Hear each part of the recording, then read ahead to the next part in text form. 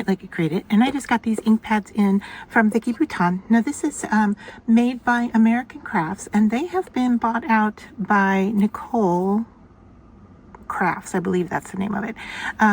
So I'm not really sure where the direction is going to go with products from Vicki Boutin, if she's staying with American Crafts, which is now under the Nicole brand, or if she is joining with another company or going off on her own.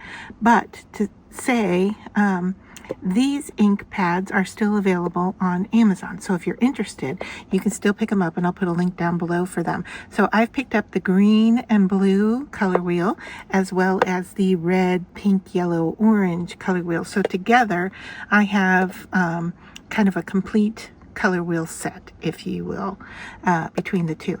And so I just wanted to show you in unboxing them how they work, because it was I had a little bit of a learning curve, let's say, in using these. So to open it, you take off the top, and then first I would say do not stamp just the whole color wheel to get an image, because if you'll notice here, my blue, or it's kind of like a purpley image, is color is oversaturated, and it started to bleed. It started to bleed onto the next stamp pad next to it, and it also bled onto my paper that I stamped it onto, and made a big puddle where the other pads did not transfer as much ink. So that is not the best way to use the color wheel.